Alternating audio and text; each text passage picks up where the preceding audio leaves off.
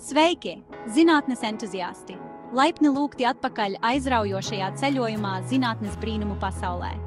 Vai esat kādreiz apstājušies un padomājuši par to, cik daudz lietu mums apkārt kustas pa apli? Tas ir patiesi fascinējoši, kad sāk par to domāt. Tas ir visapkārt. Padomājiet, piemēram, par velosipēda riteņiem, kas nepārtraukti griežas, kad braucam. Vai par Zemi, kas riņķo ap Sauli un veic pilnu apgriezienu katru gadu. Vai pat par vilciņu, kas griežas un griežas, līdz beidzot apstājas. To sauc par riņķveida kustību, un tas ir viens no fizikas pamatjēdzieniem. Tā nav tikai teorija, mēs to redzam un piedzīvojam katru dienu. Bet kas īsti ir riņķveida kustība? Aplūkosim to nedaudz tuvāk. Tā ir vienkārši tāda kustība, kurā objekts pārvietojas pa apļaformas trajektoriju. Mēs to varam novērot daudzās dažādās situācijās. Šī trajektorija var būt pilnīgs aplis vai tikai tā daļa.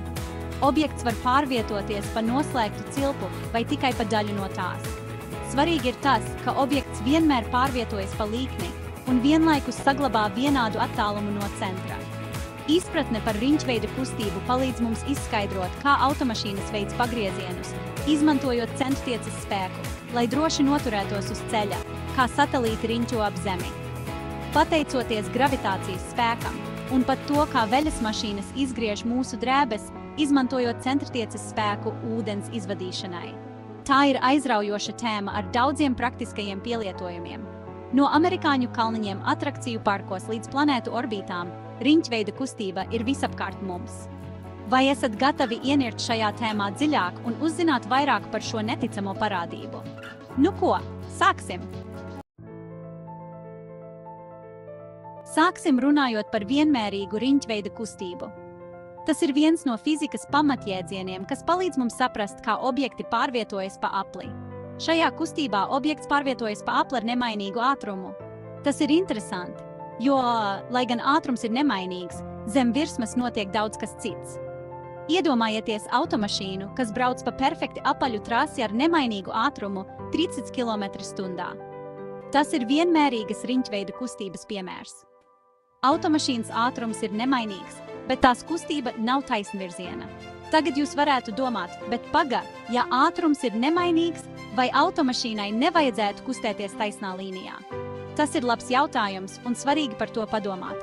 Lieta tāda, ka ātrums ir vektoriāls lielums, kas nozīmē, ka tam ir gan lielums, ātrums, gan virziens. Tātad, lai gan ātruma lielums paliek nemainīgs, tā virziens nepārtraukti mainās. Lai gan automašīnas ātrums ir nemainīgs, tās virziens nepārtraukti mainās, tai pārvietojoties pa apli. Šī nepārtrauktā virziena maiņa ir atslēga uz riņķveida kustības izpratni. Un tā kā ātrums mainās, mēs zinām, ka jābūt pātrinājumam. Šis pātrinājums nav vērsts kustības virzienā, bet gan uz apļa centru. Tas mūs noved pie nākamā svarīgā jēdziena – centrtieces pātrinājuma. Tas ir uz centru vērsts pātrinājums, kas notur objektu riņķveida kustībā, neļaujot tam kustēties taisnā līnijā. Centrtieces pātrinājumam ir galvenā loma riņķveida kustības izpratnē.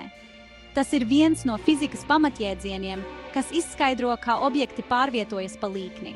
Tas ir pātrinājums, ko objekts piedzīvo, pārvietojoties pa apli. Bez šī pātrinājuma objekts turpinātu kustēties taisnā līnijā inerces dēļ. Vārds centrtieces burtiski nozīmē uz centru vērsts, un tieši to šis pātrinājums dara. Tas vienmēr ir vērsts uz apļa centru. Šī virzība uz centru ir būtiska, lai uzturētu riņķveida kustību. Iedomājieties, ka jūs griežat bumbu, kas piesiet pie auklas. Griežot to, jūs jūtat auklas saspīlējumu, kas velk bumbu uz jūsu roku. Bumba vēlētos lidot taisnā līnijā, bet aukla velk to atpakaļ uz centru. Tas ir lielisks centrtieces spēka darbības piemērs. Šis uz centru vērstā spēks ir centrtieces spēks, un tas rada centrtieces pātrinājumu. Bez šī spēka bumba nekustētos pa apli. Centrtieces pātrinājuma lielumu var aprēķināt pēc formulas A1/V², kur A ir pātrinājums, V ir objekta ātrums un R ir apļa rādijus. Šī formula palīdz mums saprast ātruma rādijus un pātrinājuma attiecības. Tas nozīmē, ka jo ātrāk objekts kustas vai jo mazāks ir aplis, jo lielāks ir centrtieces pātrinājums. Šīs attiecības izpratne ir būtiska daudzu problēmu risināšanā. sākot no drošu ceļu projektēšanas līdz kosmosa lidojumu plānošanai. Vienmērīga riņķveida kustība var šķist sarežģīta, bet piemēri ir atrodami visapkārt. Šeit ir tikai daži piemēri. Karuselis. Karuseļa zirgi pārvietojas ar relatīvi nemainīgu ātrumu un veic vienmērīgu riņķveidu kustību. Satelīti.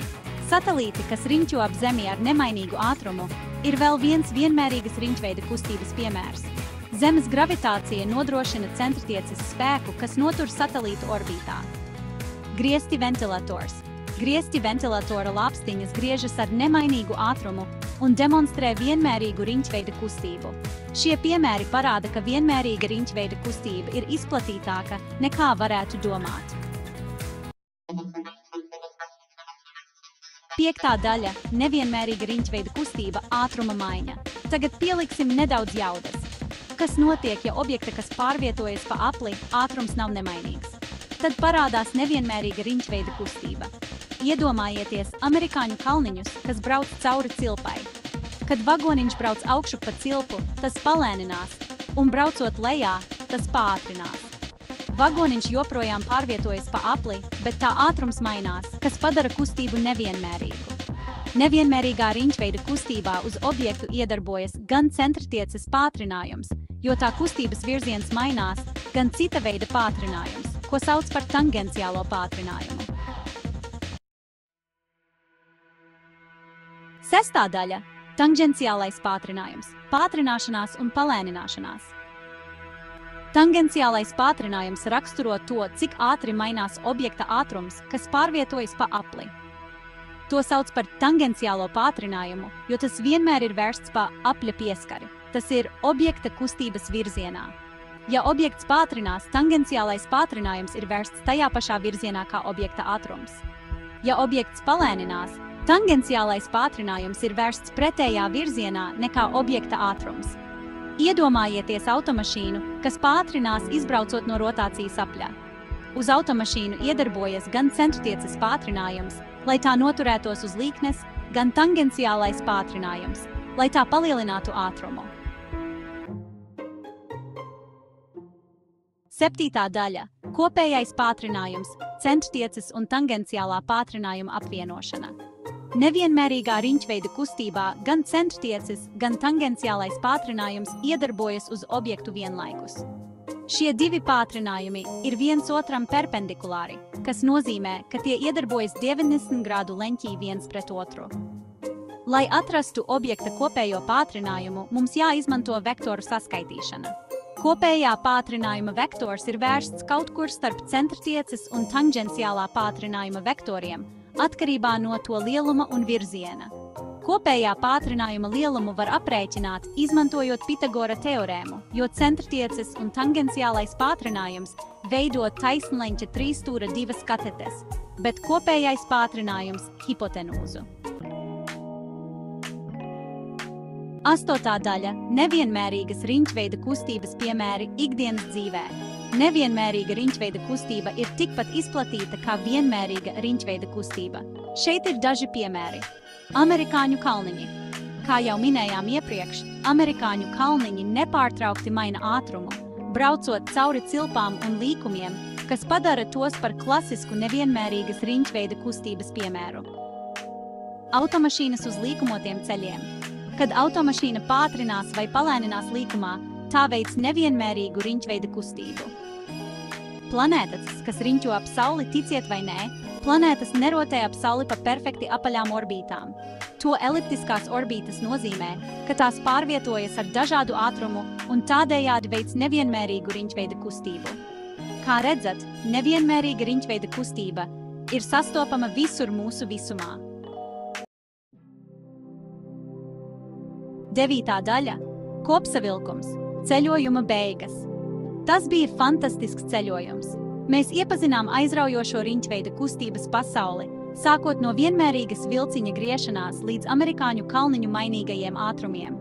Mēs uzzinājām par centrtieces pātrinājumu uz centru vērsto spēku, kas notur objektus riņķveida kustībā, kā arī par tangenciālo pātrinājumu, kas rodas objektam mainot ātrumu, pārvietojoties pa apli. Šo jēdzienu izpratne palīdz mums izskaidrot daudzas parādības mūsu visumā, sākot no planētu un zvaigžņu kustības līdz ceļu un atrakciju parka braucienu projektēšanai.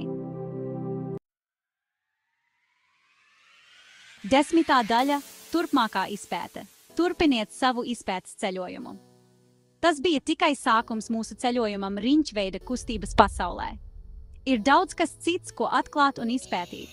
Ja vēlaties iedziļināties šajā tēmā, iesaku iepazīties ar tādiem jēdzieniem kā leņķiskais ātrums, leņķiskais pātrinājums un saiknes starp lineārajiem un leņķiskajiem lielumiem riņķveida kustībā. Varat arī izpētīt, kā riņķveida kustība ir saistīta ar citām fizikas jomām, piemēram, rotācijas kinētisko enerģiju un griezes momentu. Esiet zinātkāri un atcerieties, pasaule ir pilna ar pārsteidzošu zinātni, kas gaida, kad to atklās.